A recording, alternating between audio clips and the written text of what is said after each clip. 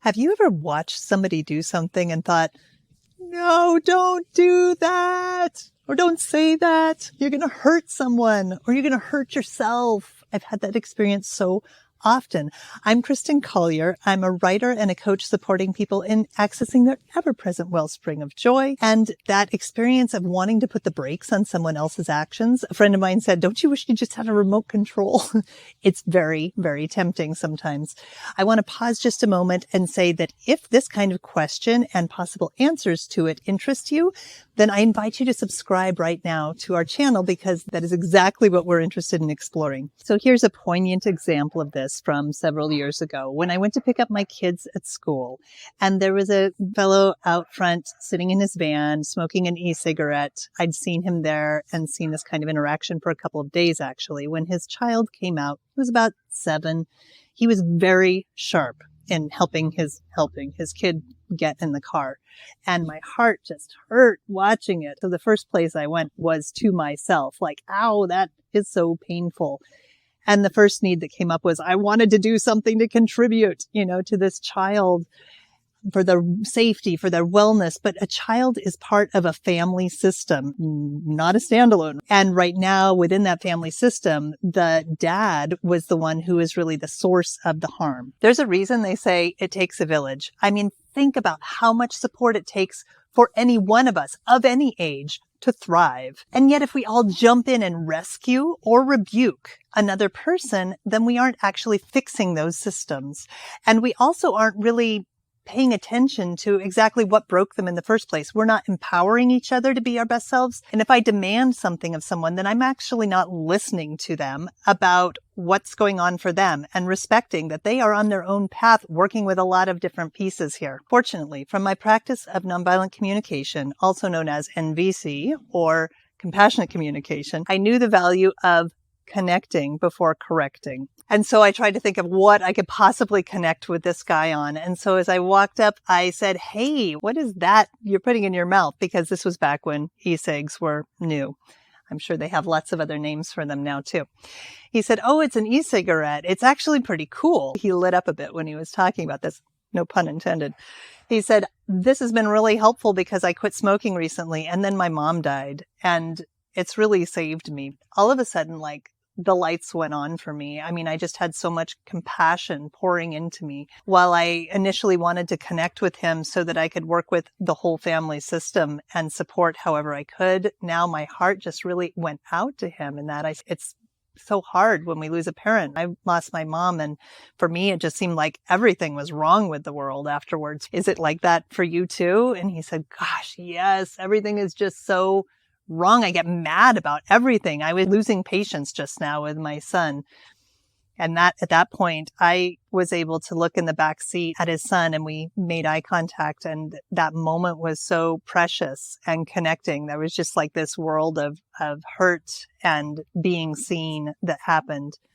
And I was able to really be a part of that system for a moment.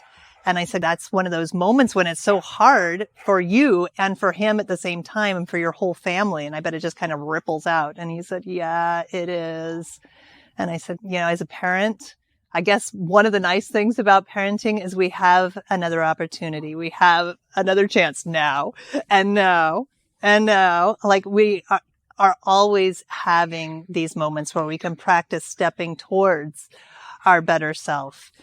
And he laughed and we talked on for a while about some other things with kids and the season and whatnot. And then we wished each other well. And I thought, what a different experience that was than the experience that I initially thought I would be heading into or was reactively heading into, where I wanted to save someone. If I had told him he should be nicer to his kid, don't you think he would have been defensive, as people so often are when they're corrected?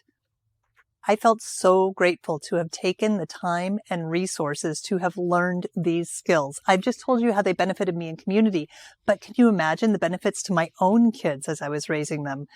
I mean, learning how to better approach them with curiosity, learning how to check in with myself effectively before I even began to have the conversation. My kids are 19 and 22 now, and they say they're so grateful to have been raised with nonviolent communication. And I'm so grateful also to have had it in my partnerships. Every single partnership that I have in working environments and volunteer environments at my house are improved by nonviolent communication. And it's not just my own experience either. I've been sharing my practice in this for close to 20 years now.